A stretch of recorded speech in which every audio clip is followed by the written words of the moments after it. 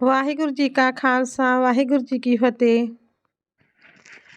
ਇੱਕ ਦਿਨ ਸਿੱਧਾਂ ਦੀ ਮੰਡਲੀ ਵਿੱਚ ਬੈਠਿਆਂ ਗੋਰਖਨਾਥ ਨੇ ਕਿਹਾ, ਸਿੱਧੋ ਜਤੀਓ, ਮਾਤ ਲੋਕ ਵਿੱਚ ਇੱਕ ਨਾਨਕ ਨਾਂ ਦਾ ਫਕੀਰ ਹੋਇਆ ਹੈ। ਸਾਰੇ ਹਿੰਦੂ ਮੁਸਲਮਾਨ ਸਭ ਜਿੱਤੇ ਹਨ, ਕਿਸੇ ਵੀ ਸਾਧ ਨੇ ਉਸ ਨੂੰ ਨਹੀਂ ਰੋਕਿਆ। ਸਿੱਧਾਂ ਨੇ ਕਿਹਾ, ਚਲੋ ਗੁਰੂ ਜੀ, ਇੱਕ ਵਾਰੀ ਇਕੱਠੇ ਹੋ ਕੇ ਉਹਨਾਂ ਨੂੰ ਪੁੱਛੀਏ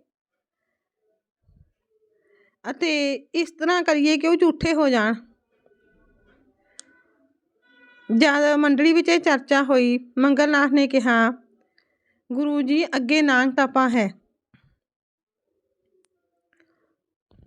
ਇਸ ਤਰ੍ਹਾਂ ਕਰਨਾ ਠੀਕ ਨਹੀਂ ਹੈ। ਤੁਸੀਂ ਸਭ ਕੁਝ ਪਹਿਲਾਂ ਹੀ ਜਾਣਦੇ ਹੋ। ਪਰ ਸਿੱਧ ਹੰਕਾਰ ਦੇ ਭਰੇ ਹੋਏ ਸਭ ਇਕੱਠੇ ਹੋ ਕੇ ਕਰਤਾਰਪੁਰ ਵਿੱਚ ਆ ਗਏ। ਗੁਰੂ ਨਾਨਕ ਸਾਹਿਬ ਜੀ ਅੱਗੇ ਮੰਜੀ ਉੱਪਰ ਬੈਠੇ ਸਨ। ਸਿੱਧਾਂ ਨੇ ਆ ਕੇ ਆਦੇਸ਼ ਕੀਤੀ। ਗੁਰੂ ਜੀ ਨੇ ਕਿਹਾ, ਆਓ ਸਿੱਧੋ ਜਤੀਓ ਤਪਿਓ, ਆਦੇਸ਼ ਨਿਰੰਕਾਰ ਜੀ ਕੋ ਆਦੇਸ਼, ਆਓ ਬੈਠੋ ਜੀ। ਸਿੱਧਾਂ ਨੇ ਬੈਠ ਕੇ ਚਰਚਾ ਕੀਤੀ। ਫਿਰ ਕਿਹਾ, ਗੁਰੂ ਜੀ, ਸਾਨੂੰ ਕੋਈ ਕਰਾਮਾਤ ਵਿਖਾਓ। ਤਾਂ ਗੁਰੂ ਜੀ ਨੇ ਕਿਹਾ, ਭਾਈ, ਕਰਾਮਾਤ ਤਾਂ ਨਾਮ ਕਹਿਰ ਦਾ ਹੈ। ਸਿੱਧਾਂ ਨੇ ਕਿਹਾ, ਗੁਰੂ ਜੀ, ਅਸੀਂ ਲੁਕਦੇ ਹਾਂ, ਤੁਸੀਂ ਸਾਨੂੰ ਲੱਭੋ, ਅਤੇ ਫਿਰ ਤੁਸੀਂ ਲੁਕਿਓ, ਅਸੀਂ ਲੱਭਾਂਗੇ। ਸਾਰੇ ਸਿੱਧ ਲੁਕ ਗਏ, ਕੋਈ ਪਤਾਲ ਵਿੱਚ, ਕੋਈ ਆਕਾਸ਼ ਵਿੱਚ। ਤਾਂ ਗੁਰੂ ਜੀ ਨੇ ਸਤਨਾਮ ਕਹਿ ਕੇ ਪੌਣ ਨੂੰ ਖਿੱਚਿਆ, ਸਭ ਖਿੱਚੇ ਆਏ। ਗੋਰਖ ਪਤਾਲ ਵਿੱਚ ਮੱਛਰ ਦਾ ਰੂਪ ਧਾਰ ਕੇ ਬੈਠਾ ਹੈ। ਗੁਰੂ ਜੀ ਨੇ ਕੀ ਕੀਤਾ, ਜਿਸ ਪੱਥਰ ਵਿੱਚ ਉਹ ਲੁਕਿਆ ਸੀ ਉਸ ਪੱਥਰ ਦੇ ਸਮੇਤ ਹੀ ਚੁੱਕ ਲਿਆ। ਗੋਰਖ ਬਹੁਤ ਸ਼ਰਮਿੰਦਾ ਹੋਇਆ। ਕੋਈ ਸਿੱਧ ਸ਼ੇਰ ਬਣਿਆ, ਕੋਈ ਬਘਿਆੜ ਬਣਿਆ, ਕੋਈ ਆਕਾਸ਼ ਵਿੱਚ ਜਾ ਕੇ ਪੱਥਰਾਂ ਦੀ ਵਰਖਾ ਕਰਨ ਲੱਗਿਆ। ਗੁਰੂ ਜੀ ਨੇ ਕਿਹਾ, ਉੱਠ ਭਾਈ ਬਾਲਾ। ਉੱਠ ਕੇ ਲਾਠੀ ਪਕੜ ਕੇ ਡੇਰੇ ਦੇ ਆਲੇ ਦੁਆਲੇ ਰਾਮ ਦੇ ਨਾਮ ਦੀ ਕਾਰ ਦੀ। ਫਿਰ ਭਾਈ ਬਾਲੇ ਨੇ ਉੱਠ ਕੇ ਸਾਰੇ ਉਦਾਲੇ ਕਾਰ ਕਰ ਦਿੱਤੀ। ਕੁਝ ਕੁ ਸਾਧ ਆਪਣੀ ਸ਼ਕਤੀ ਨਾਲ ਪੱਥਰ ਮਾਰਨ, ਪਰ ਜਿਵੇਂ ਵੀ ਉਹ ਪੱਥਰ ਮਾਰਨ, ਪੱਥਰ ਸਾਰੇ ਕਾਰ ਤੋਂ ਬਾਹਰ ਹੀ ਜਾਣ। ਸਿੱਧਾਂ ਨੇ ਬਹੁਤ ਜ਼ੋਰ ਲਾਇਆ, ਪਰ ਕੋਈ ਪੇਸ਼ ਨਾ ਗਈ। ਅੰਤ ਨੂੰ ਸ਼ਰਮਿੰਦੇ ਹੋ ਕੇ ਗੁਰੂ ਨਾਨਕ ਸਾਹਿਬ ਜੀ ਦੇ ਪੈਰੀਂ ਆ ਪਏ, ਕਹਿਣ, ਤਪਾ ਜੀ, ਸਾਨੂੰ ਮਾਫ਼ ਕਰੋ। ਗੁਰੂ ਜੀ ਨੇ ਕਿਹਾ, ਸੁਣੋ ਸਿੱਧੋ ਜਤੀਓ ਤਪਿਓ, ਹੁਣ ਅਸੀਂ ਲੁਕਦੇ ਹਾਂ, ਤੁਸੀਂ ਸਾਨੂੰ ਲੱਭਿਓ। ਜੇਕਰ ਮੈਂ ਤੁਹਾਨੂੰ ਨਾ ਲੱਭਾ ਤਾਂ ਭਾਈ ਬਾਲਾ, ਤੁਸੀਂ ਇੱਕ ਟਕਾ ਰੱਖ ਕੇ ਅਰਦਾਸ ਕਰਿਓ, ਅਸੀਂ ਹਾਜ਼ਰ ਹੋ ਜਾਵਾਂਗੇ। ਤਾਂ ਗੁਰੂ ਨਾਨਕ ਸਾਹਿਬ ਜੀ ਨੇ ਤੱਤਾਂ ਨਾਲ ਤੱਤ ਮਿਲਾ ਦਿੱਤੇ। ਚੇਤਨ ਸਤਾ ਉਸ ਨਿਰੰਕਾਰ ਜੀ ਦੀ ਸਤਾ ਵਿੱਚ ਲੀਨ ਕਰ ਦਿੱਤੀ। ਤਾਂ ਸਾਰੇ ਸਿੱਧ ਗੁਰੂ ਜੀ ਨੂੰ ਢੂੰਡਣ ਲੱਗੇ, ਆਕਾਸ਼ ਪਤਾਲ ਵੇਖ ਰਹੇ। ਗੁਰੂ ਨਾਨਕ ਜੀ ਕਿਤੇ ਵੀ ਨਾ ਮਿਲੇ। ਟੱਕਰਾਂ ਮਾਰ ਕੇ ਉੜਕ ਸ਼ਰਮਿੰਦੇ ਹੋ ਕੇ ਆ ਕੇ ਭਾਈ ਬਾਲੇ ਨੂੰ ਕਹਿਣ ਲੱਗੇ, ਸੰਤ ਰੂਪ ਭਾਈ ਬਾਲਾ ਜੀ, ਤੇਰੇ ਵਿੱਚ ਤੇ ਗੁਰੂ ਨਾਨਕ ਸਾਹਿਬ ਜੀ ਦੇ ਵਿੱਚ ਕੋਈ ਭੇਦ ਨਹੀਂ ਹੈ। ਹੁਣ ਤੂੰ ਗੁਰੂ ਜੀ ਨੂੰ ਢੂੰਡ ਕੇ ਲਿਆ। ਤਾਂ ਭਾਈ ਬਾਲੇ ਨੇ ਆਖਿਆ, ਗੁਰੂ ਨਾਨਕ ਜੀ ਦਾ ਕੋਈ ਅੰਤ ਨਹੀਂ ਪਾ ਸਕਦਾ, ਪਰ ਜੇ ਤੁਸੀਂ ਲੱਭਣਾ ਹੈ ਤਾਂ ਇੱਕ ਕੰਮ ਕਰੋ, ਹੱਥ ਜੋੜ ਕੇ ਬੇਨਤੀ ਕਰੋ, ਟਕਾ ਰੱਖ ਕੇ। ਤਾਂ ਗੁਰੂ ਨਾਨਕ ਸਾਹਿਬ ਜੀ ਉਸ ਆਪਣੀ ਜਗ੍ਹਾ ਉੱਪਰ, ਆਸਣ ਉੱਪਰ ਆ ਕੇ ਬੈਠ ਗਏ। ਸਿੱਧਾਂ ਨੇ ਦੇਖਿਆ ਗੁਰੂ ਜੀ ਬੈਠੇ ਹਨ।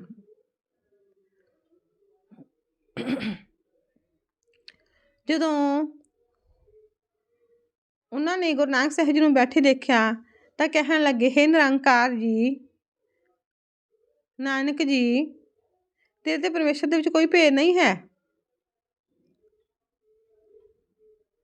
ਉਸ ਦਿਨ ਉੱਥੇ ਬੜੀ ਹੀ ਹਵਾ ਵਗੀ ਸੀ ਅਤੇ ਸੈਂਕੜੇ ਹੀ ਪੰਛੀ ਮਰ ਗਏ ਸਨ। ਗੁਰੂ ਜੀ ਦੇ ਮਨ ਵਿੱਚ ਬੜਾ ਤਰਸ ਆਇਆ ਕਿ ਇਹ ਪੰਛੀ ਵਿਚਾਰੇ ਐਵੇਂ ਹੀ ਮਰ ਗਏ ਹਨ। ਤਾਂ ਉਹਨਾਂ ਨੇ ਸਤਨਾਮ ਕਹਿ ਕੇ ਪੰਛੀਆਂ ਨੂੰ ਕਿਹਾ, ਉੱਡ ਜਾਓ। ਤਾਂ ਸਾਰੇ ਪੰਛੀ ਉੱਡ ਗਏ। ਫਿਰ ਗੁਰੂ ਨਾਨਕ ਸਾਹਿਬ ਜੀ ਨੇ ਮਨ ਵਿੱਚ ਭੈ ਕੀਤਾ ਕਿ ਮੈਂ ਕੌਣ ਹਾਂ ਜੋ ਨਿਰੰਕਾਰ ਜੀ ਦੇ ਭਾਣੇ ਨੂੰ ਮੋੜਦਾ ਹਾਂ। ਇਹ ਸਮਝ ਕੇ ਦਿਲ ਵਿੱਚ ਦੁਖੀ ਹੋਏ ਅਤੇ ਆਪਣੇ ਸਰੀਰ ਨੂੰ ਜਲ ਕਰਕੇ ਪੂਰਨ ਕੀਤਾ ਅਤੇ ਸਵਾਸਾਂ ਨੂੰ ਪਾਣੀ ਵਿੱਚ ਮਿਲਾਇਆ। ਸਰੀਰ ਨੂੰ ਬੜਾ ਖੇਦ ਕੀਤਾ। ਜਦੋਂ ਐਸੀ ਸਾਧਨਾ ਕਰੀ ਤਾਂ ਨਿਰੰਕਾਰ ਜੀ ਪ੍ਰਤੱਖ ਦਰਸ਼ਨ ਦਿੱਤੇ। ਕਹਿਣ ਲੱਗੇ ਗੁਰੂ ਨਾਨਕ ਜੀ, ਸਰੀਰ ਨੂੰ ਉਸੇ ਤਰ੍ਹਾਂ ਹੀ ਸਾਬਤ ਕਰੋ। ਸਰੀਰ ਨੂੰ ਕਿਉਂ ਦੁੱਖ ਦਿੰਦੇ ਹੋ? ਜੋ ਮੇਰੀ ਮਰਜ਼ੀ ਹੈ ਉਹ ਹੀ ਕਾਰਜ ਹੋ ਰਿਹਾ ਹੈ।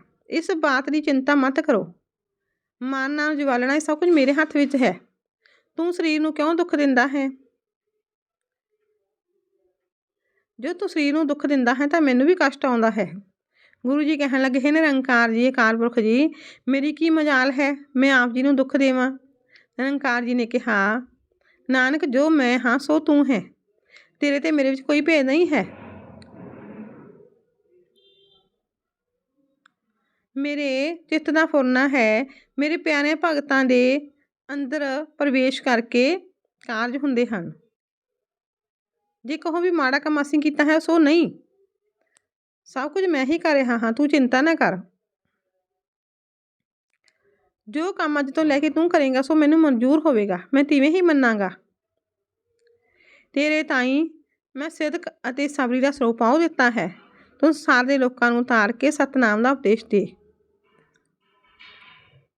ਜੋ ਕਲਯੁਗੀ ਜੀਵ ਪਤਿਤ ਹਨ ਉਹਨਾਂ ਦਾ ਉਧਾਰ ਕਰ। ਜੋ ਤੇਰੇ ਬਚਨ ਮੰਨੇਗਾ, ਤੇਰੀ ਬਾਣੀ ਪੜ੍ਹੇਗਾ, ਤੇਰੀ ਸਿੱਖੀ ਵਿੱਚ ਸਿਦਕ ਕਰੇਗਾ, ਉਸ ਜੀਵ ਨੂੰ ਆਪਣੀ ਪੁਰੀ ਵਿੱਚ ਨਿਵਾਸ ਦੇਵਾਂਗਾ ਤੇ ਉਹ ਜੀਵਨ ਮੁਕਤ ਹੋਣਗੇ। ਨਾਮ ਦੇ ਆਸਰੇ ਕਈ ਕੋਟ ਜੀਵ ਉਧਰਨਗੇ।